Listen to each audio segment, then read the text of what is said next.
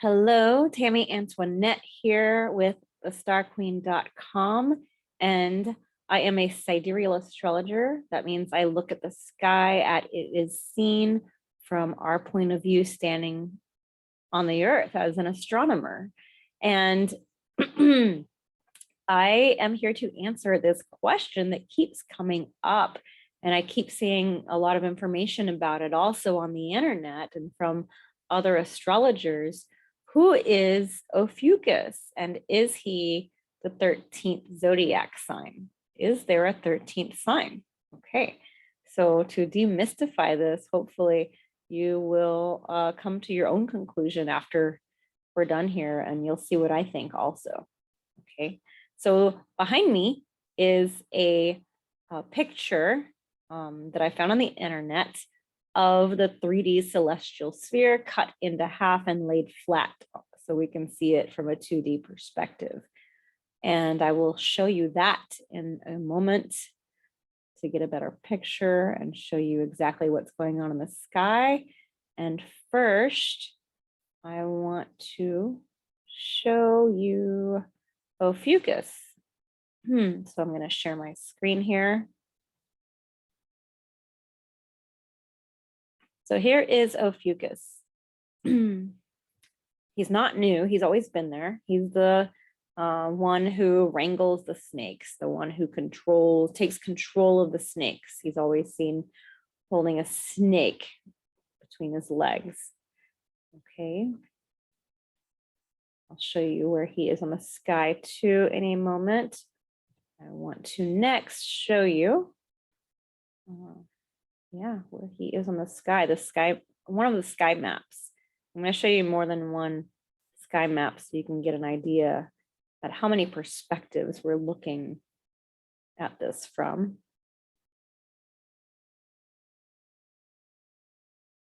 There, okay. So this wavy line here is the ecliptic. This is the path that the sun appears to make from our observation, and this determines the solar year. The sun appears to travel this path on the ecliptic for one solar year. So we look at this and we can see Aries up here, the stars of Aries. Right next to Aries are the Pleiades. Here's Taurus. Here is Ariqua, Andromeda, Perseus, Gemini, Cancer, Canis Minor. Here's Orion. Here's Leo. Under Leo is the Hydra. His horns come up here into Cancer. There's Virgo. She lies along the ecliptic. Her body lies along it, as does all of the 12 signs. Here is Libra, scales. Here's Scorpio lying along the ecliptic and stretching out this way. Here's Sagittarius. Here's Ophiuchus up here. Okay, these are the stars of Ophiuchus.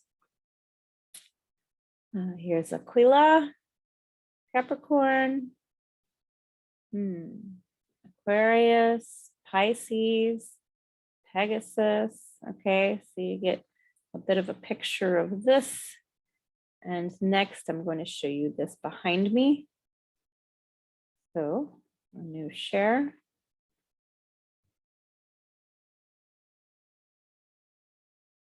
Here we go. Okay, so this yellow circle that's around each cutout represents the ecliptic, the path of the sun. Of course, we're the ones circling around the sun. We're the ones who orbit. Earth orbits, the planets orbit the sun. But from our perspective, when we see the sun out there as we are moving, this is where the sun illuminates the sky on its path.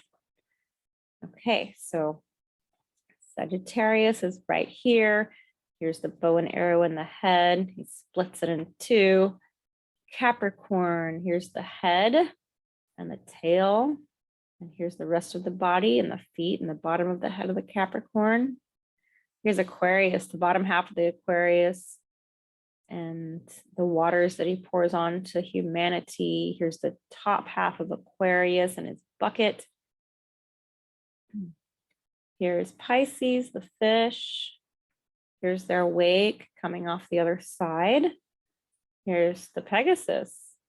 This fish runs right over into Pegasus here.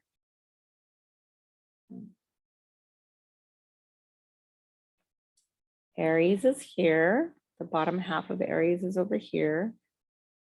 Oh, over here. Here's Taurus. Here's the other part of Taurus and his other horn. Here's Orion. There's Gemini. Top half of Gemini, the bottom half of Gemini, the crab, Cancer. There's Canis Minor, Canis Major.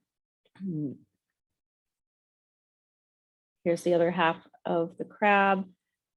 Excuse me. Here's Leo, and there's the bottom of Leo. Virgo, who lies along the ecliptic here. Libra, the scales. And here's Scorpio, okay? Here are Scorpio's legs and his head over here. Here's Ophiuchus atop the scorpion.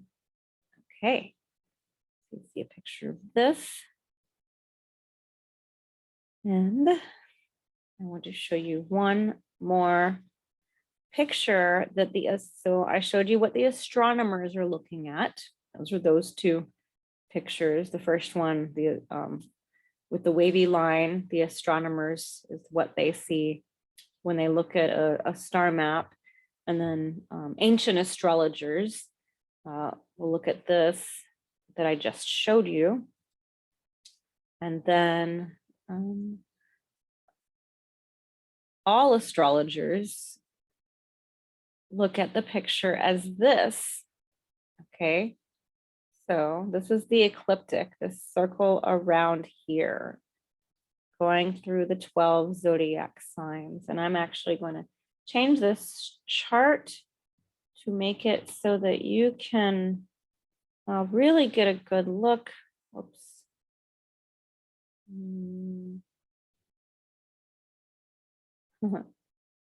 Okay, first I'm gonna, let's see. I'm gonna remove the planets, the horizon, the Jaga Tamoria. I'm gonna remove the names of the stars and the degrees. We're gonna make this more naked so we can get a better viewpoint. I'll even remove the tropical cross. Okay, there we go. Now I want to zoom in for you to see what we look at. Okay, so we saw that Ophiuchus stands atop the scorpion over here on this side. These are the stars of Ophiuchus here, okay? And each of these little sections is 30 degrees. So there are 12 zodiacal signs taking up 30 degrees so that, just to measure, in order to measure our solar lunar year, okay? This is our measurement of time. So the scorpion takes up this entire 30 degrees, okay? Remember that. All right, now I want to show you what the astrologers are saying about Ophiuchus. So,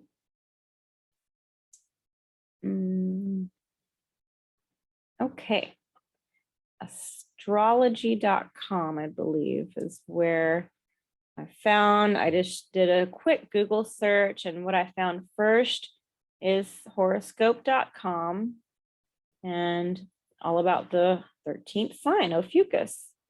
Okay, so what they put here is they set Ophiuchus here to take up this space between November 29th and December 17th, okay? So Scorpio got demoted.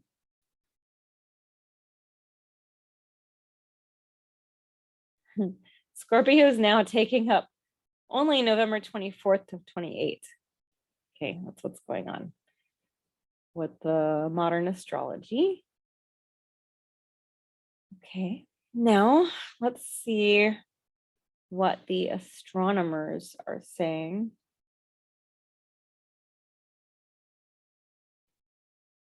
Okay, this is nasa.gov, the path of the sun, the ecliptic. So we want to explain like what is the ecliptic exactly, and the signs of the zodiac according to the astronomers. Okay, the sun moves around the zodiac, making one complete circuit each year. Every month, it covers a different constellation of the zodiac, which is the reason why those constellations are 12 in number. Okay. So, okay. So there we go. So according to ancient astrology, the ancients used this, they cut the 360-degree ecliptic path of the sun into 12 signs for measurement purposes, because in the ideal year we have 12 moons, and that's how long it takes for the sun to make a complete, for us to make a complete circle around the sun. Okay, so there are some years when we have 13 moons, and it has been observed by astrologers and astronomers through millennia that whenever we do have a year with 13 moons, it's a really hard year. We know it's going to be a hard year for us here on planet Earth. So the ideal year is 12. And this is our system of measurement. And of course, we do look at the other constellations, not just the 12 zodiacal signs. Like whenever I look at a chart, whenever I'm giving an astrological consultation, I look at everything in the whole sky, not only what's on the ecliptic measuring the solar lunar year. Now that is prominently important. However, we still want to look at what else is projected into the specific individual degrees of each sign. Like, well, you may have been born during whenever a prominent planet or point was in Taurus. However, we can break it down and look and see, well, we'll see if there was a prominent planet or point in Orion or in the Pleiades or in Perseus, for example, on the eye of the bull, right? So this does make a big difference. So this is my analysis on this 13th zodiacal sign, and I hope that you will make your own analysis, and just whenever you're doing your research, just be discerning. This is a time where we do need to be discerning. There's a lot of conflicting information on the internet. So I would like to hear from you. If you would like to subscribe and learn more about what else is going on in the sky and what we see on the real sky as astronomers, please subscribe to my channel. And if you would like to learn more about me, you can go to thestarqueen.com. You can book a consultation, subscribe to my blog, and please, I'd love to hear from you. So comment, ask questions, and you'll get answers. Thank you.